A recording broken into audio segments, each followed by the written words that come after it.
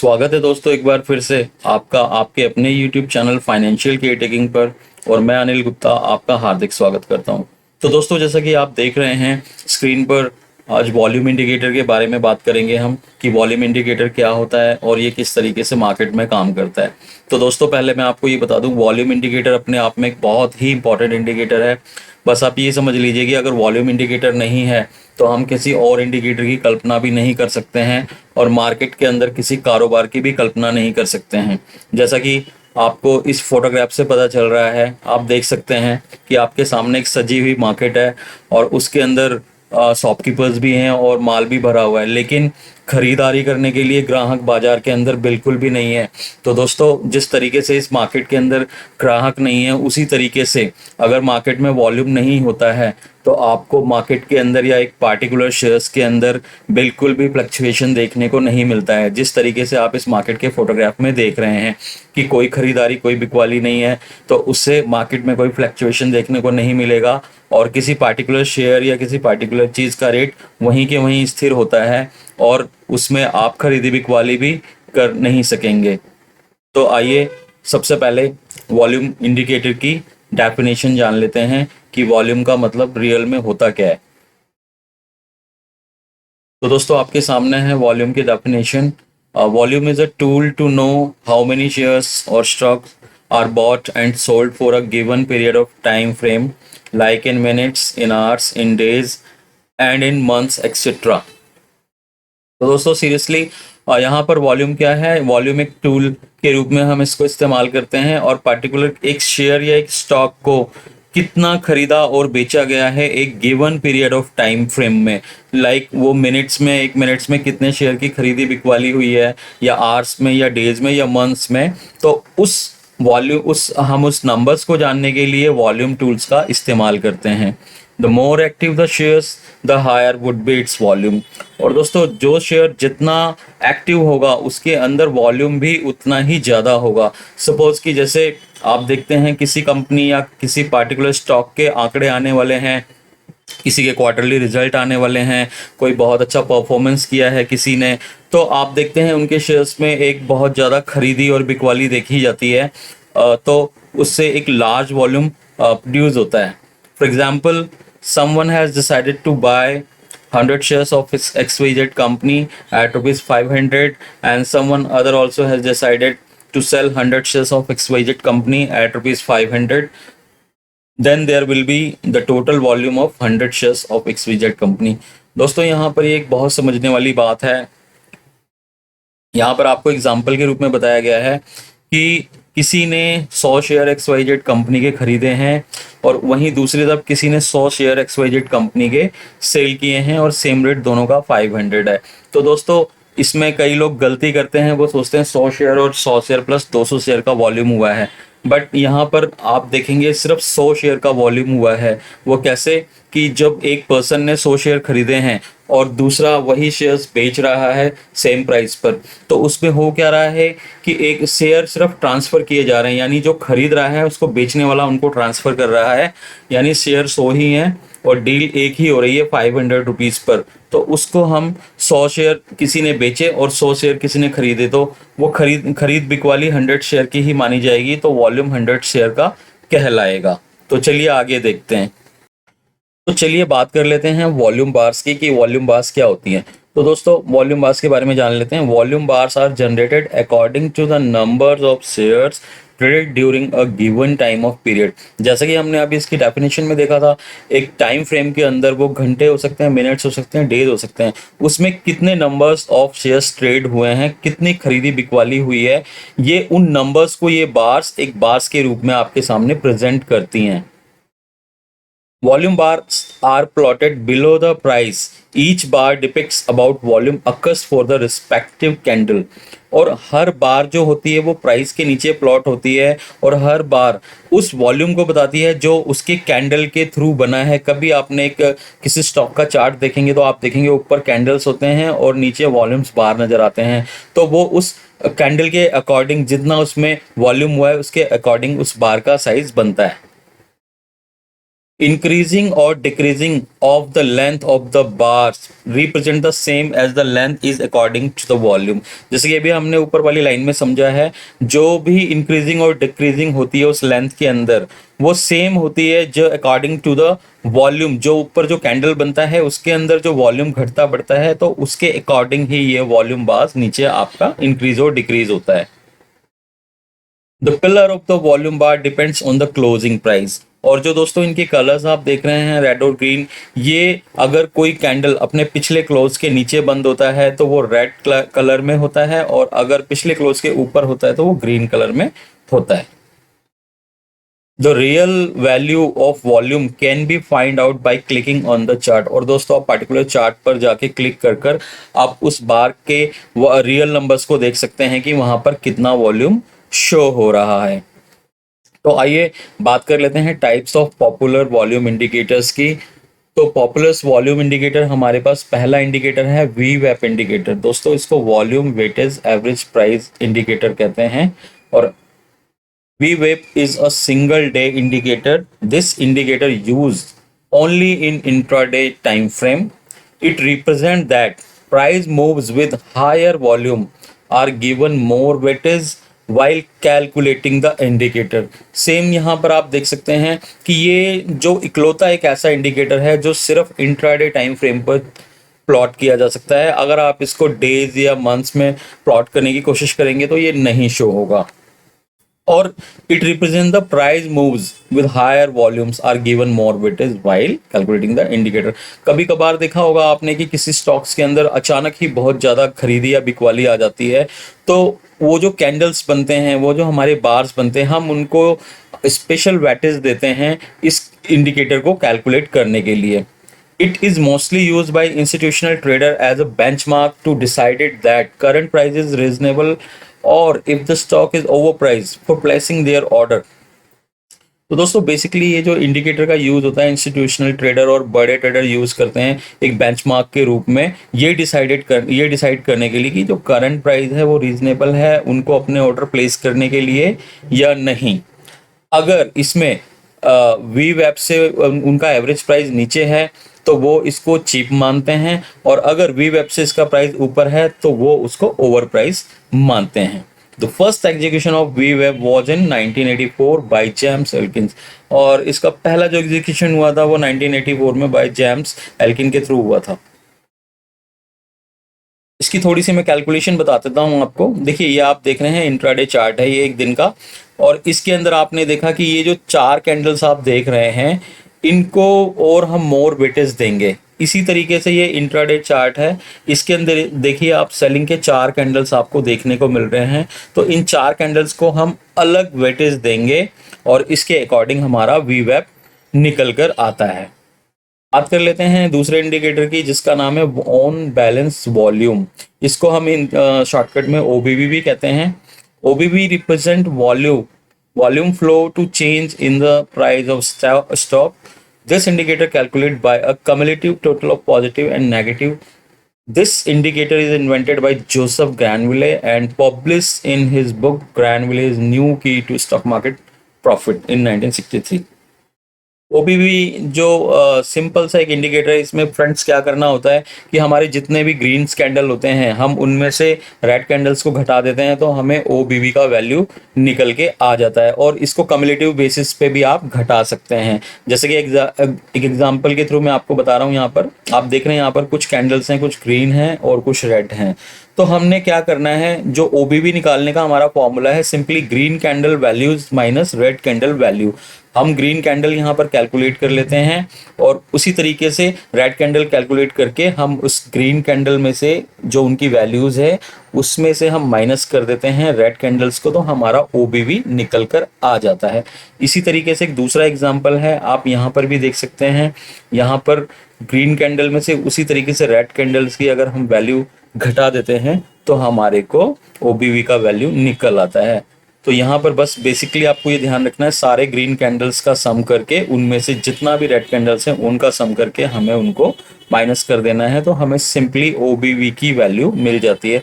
और इसे आप कम्युलेटिव बेसिस पे भी कर सकते हैं। जैसे कि सपोज कीजिए ये फर्स्ट डे ये कैंडल है, ये आप देख रहे हैं ये 5 है, दूसरे दिन ग्रीन कैंडल 8 है, तो आप इसको इसमें प्लस कर सकते हैं, फिर नेक्स्ट डे वाला माइनस कर सकते हैं, फिर ये प्लस कर सकते हैं, फिर ये प्लस कर सकते हैं, फिर ये प्लस कर सकते हैं, फिर ये प्लस, फिर ये माइनस, फिर ये माइनस, ऐसे भी आप करके ओबीवी की वैल्यू निकाल सकते हैं। उसके बाद जो तीसरा मोस्ट इंपॉर्टेंट इंडिकेटर है वो है फ्रेंड्स मनी फ्लो इंडेक्स, जिसको हम शॉर्ट में एमएफआई भी कहते हैं। MFI is an oscillator that oscillate between 0 to 100 including the volume। दोस्तों मोस्टली पहले ही बता देता हूँ मैं आपको, ये एक RSI इंडिकेटर की तरह काम करता है, बस फर्क क्या है कि इसमें हम वॉल्यूम को इंक्लूड करते हैं। MFI uses price and data to calculate about the overbought and oversold condition just like RSI। ये बिल्कुल RSI की तरह काम करता है। This indicator created by Gene Kyong and Arvind Sorak के थ्रू ये किया गया है, प्रोड्यूस। और दोस्तों यहाँ पर एक छोटे से एग्जांपल के थ्रू मैं आपको बता देता हूँ, जिस तरीके से हम आरएसआई इंडिकेटर होता है हमारा, उसमें हमारे 4 पैरामीटर्स होते हैं, उसी तरीके से ये इसमें मनी फ्लो इंडेक्स काम करता है। और जो ये ऊपर का आप एरिया देख रहे हैं 80 और 100 के बीच, इसको हम बोलते हैं ओवरबॉट, और नीचे जो आप देख रहे हैं 20 और 0 के बीच का एरिया, इसको हम बोलते हैं ओवरसोल्ड। बस फर्क क्या है, आरएसआई इंडिकेटर की तरह काम करता है, फॉलोड बाय वॉल्यूम। तो दोस्तों आइए वॉल्यूम के हम ट्रेंड्स देख लेते हैं कि वो वॉल्यूम और प्राइस के कौन से ट्रेंड हैं जो हमको मार्केट के बारे में बताते हैं कि कब हमको मार्केट में एग्जिट करना चाहिए और कब हमें मार्केट के अंदर एंटर करना चाहिए। तो मैं आपको 4 ट्रेंड्स के बारे में बताऊंगा। तो पहला ट्रेंड्स आपके सामने है, इसमें आप देख सकते हैं, पहला है प्राइस ट्रेंड, दूसरा वॉल्यूम ट्रेंड, और तीसरा हमको इन्फ्लुएंस बताता है। तो आप देख रहे हैं जब प्राइस ट्रेंड ऊपर की तरफ जा रहे हैं और वॉल्यूम ट्रेंड भी ऊपर की तरफ जा रहा है, तो यहाँ पे जो हमारा इन्फ्लुएंस हमको बताता है कि एक स्ट्रॉन्ग अप ट्रेंड है, यानी कि प्राइस भी लगातार ऊपर की तरफ जा रहा है और वॉल्यूम भी ऊपर की तरफ जा रहा है। तो ये इशारा करता है कि ये एक स्ट्रॉन्ग अप ट्रेंड है और मार्केट लगभग कुछ टाइम तक ऊपर ही रहना है। तो चलिए इसको एक चार्ट के थ्रू समझ लेते हैं। यहाँ पे आप देख सकते हैं ये चार्ट आ गया है निफ्टी बैंक का, और ये 1 डे का चार्ट है फ्रेंड्स। तो यहाँ पर आप देख सकते हैं, आपको वॉल्यूम भी दिख रहे हैं और नीचे आपको नीचे वॉल्यूम बार्स देखने को मिल रही हैं आपको, और ऊपर आपको प्राइस देखने को मिल रहा है। तो यहाँ पर हम आपको कैंडल के मैं आपको लाइन के थ्रू समझाने की कोशिश करता हूँ। आप देखिए यहाँ पर ध्यान से, फर्स्ट ऑफ ऑल तो आप इधर देखिए यहाँ पर क्या हो रहा है। यहाँ पर देखिए, यहाँ पे ये आपका वॉल्यूम डाउन हुआ है। वॉल्यूम डाउन होने के चलते आपने देखा कि यहाँ पे मार्केट में यहाँ पे भी एक गिरावट देखने को मिली। लेकिन जब यहाँ से वॉल्यूम ने सपोर्ट करना शुरू किया, आप देख सकते हैं यहाँ से वॉल्यूम ने लगातार ऊपर को एक जंप दिया है और यहाँ तक एक अप ट्रेंड में वॉल्यूम बढ़ता गया है। तो उसी हिसाब से आप देख सकते हैं कि मार्केट के अंदर भी एक शार्प खरीदारी देखी गई और मार्केट उसके बाद दोबारा नीचे नहीं आया और लगातार एक अप ट्रेंड में बनी रही। तो आप इस बात का ध्यान रखिए, कभी भी जब वॉल्यूम को आप अप ट्रेंड में देखें और प्राइस को भी अप ट्रेंड में देखें, तो उससे आप अंदाजा लगा लीजिए कि मार्केट यहाँ से अप ट्रेंड में ही रहना है। क्योंकि आप चाहे यहाँ से देख लीजिए, इसको मार्केट आप टुकड़े करके देख लीजिए, तो यहाँ पर आपको ये जो देखने को मिल रहा है कि यहाँ पर लगातार आप देख रहे हैं कि वॉल्यूम के अंदर भी यहाँ पर लगातार अप ट्रेंड देखने को मिल रहा है और लगातार मार्केट भी ऊपर के जोन में जा रही है। वहीं आप यहाँ पर भी देख लें और यहाँ पर भी आप देख सकते हैं। तो आप कहीं पे भी एक एंट्री ले सकते थे, क्योंकि आप जब दोनों ही चीजें अप ट्रेंड में चल रही हैं तो मार्केट अप ट्रेंड में ही होता है। चलिए बात कर लेते हैं दूसरे ट्रेंड की। इसमें हम देख लेते हैं यहाँ पर प्राइस ट्रेंड जो दिखा रहा है, प्राइस हमारा जो है ऊपर की तरफ जा रहा है और जो वॉल्यूम का ट्रेंड है वो नीचे की तरफ आ रहा है।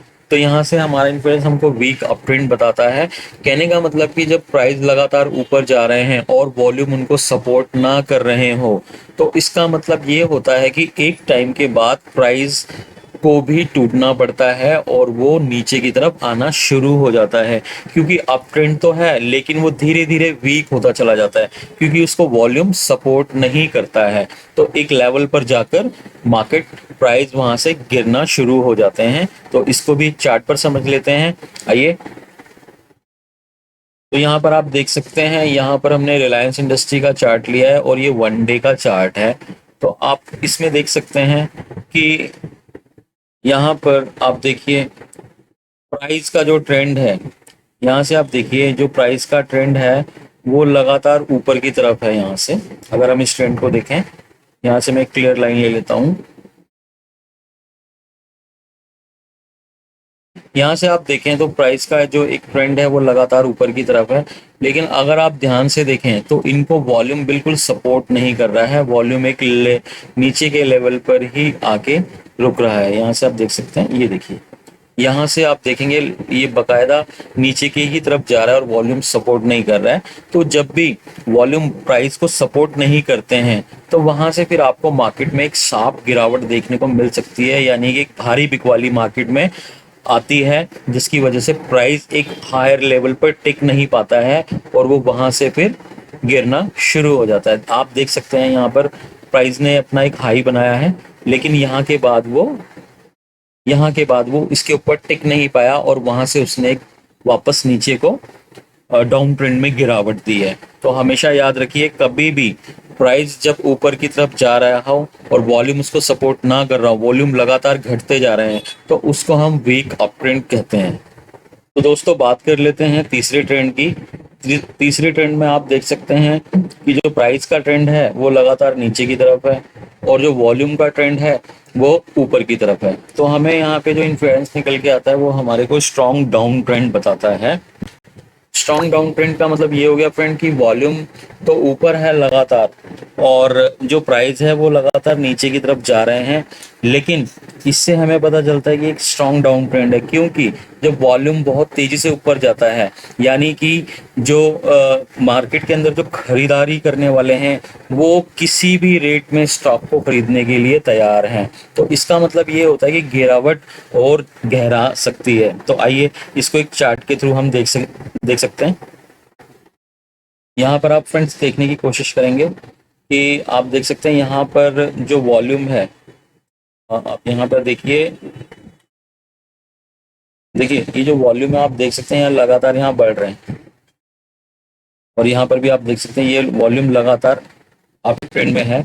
यानी यहाँ से भी आप देखें तो यहाँ से आप फिर डाउन मार के यहाँ से आप, तो लगातार ये जो आप देख सकते हैं वॉल्यूम बढ़ते जा रहे हैं और उस बढ़ने की वजह से क्या हो रहा है कि ये जो प्राइस है वो हायर लो बनाता जा रहा है, लगातार हायर पे हायर लो क्रिएट करता जा रहा है।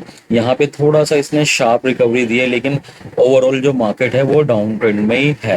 तो इसका मतलब फ्रेंड्स ये है कि मार्केट में वॉल्यूम तो बहुत ज़्यादा आ रहा है। वॉल्यूम क्यों ज़्यादा आ रहा है? क्योंकि जो खरीदार हैं, जो खरीदने वाले हैं, वो शेयर्स को किसी भी रेट में खरीदने को तैयार हैं। तो जो बहुत ज़्यादा वॉल्यूम रेट्स में, मतलब वॉल्यूम में चीज़ खरीदने को तैयार होती है, तो वहाँ पर जो प्राइस के, जो स्टॉक्स के प्राइस हो जाते हैं वो बहुत ज़्यादा कम हो जाते हैं, यानी कि गिरावट आती ही जाती है। तो कभी भी आप जब भी वॉल्यूम्स में तेजी देखें और प्राइस के अंदर एक करेक्शन देखें तो वो एक और स्ट्रॉन्ग डाउन ट्रेंड कहलाता है, यानी कि वो डाउन ट्रेंड अभी कुछ टाइम तक और जारी रहेगा। तो चलिए बात कर लेते हैं चौथे और आखिरी ट्रेंड के बारे में।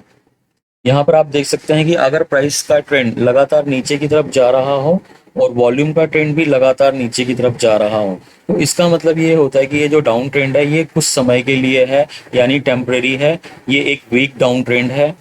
तो यहाँ पर क्या होता है कि जब भी प्राइस नीचे की तरफ जाता है और वॉल्यूम भी नीचे की तरफ जाता है तो ये टेम्परेरी टाइम के लिए होता है, उसके बाद मार्केट वापस से एक अप ट्रेंड की तरफ निकल पड़ती है। तो आइए इसको भी चार्ट के थ्रू देखने की कोशिश करते हैं। यहाँ पर आप देख सकते हैं, यहाँ पर हमने निफ्टी बैंक का चार्ट ले लिया है और ये 15 मिनट का चार्ट है फ्रेंड्स। तो यहाँ पर आप देख सकते हैं,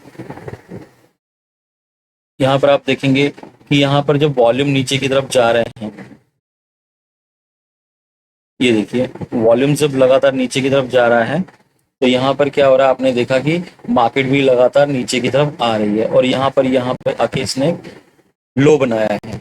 तो आपने देखा ये जब दोनों ही चीजें नीचे की तरफ आती हैं, यानी कि वॉल्यूम भी डाउन साइड की तरफ है और जो रेट्स हैं, प्राइस हैं, वो भी नीचे की तरफ हैं, तो ये जो इसका मतलब होता है, इसका मतलब होता है कि ये जो डाउन ट्रेंड है वो टेम्परेरी है, यानी वीक है।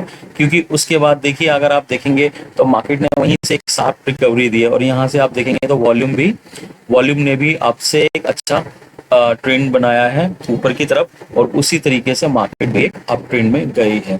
तो कभी भी आप इसको ध्यान में रखें, ये आपको बहुत ही काम आने वाली चीज़ है। इसको आप बहुत केयरफुली ध्यान में रखें कि कभी भी अगर प्राइस नीचे की तरफ है और वॉल्यूम भी नीचे की तरफ है तो वो टेम्परेरी है और वहाँ से कभी भी मार्केट ऊपर की तरफ जा सकता है। तो फ्रेंड्स, ये वीडियो आज के लिए इतना ही। अगर ये आपको अच्छा लगा है तो आप इसको अपने दोस्तों के साथ शेयर करें और चैनल को सब्सक्राइब करें। Thank you friends, thank you very much.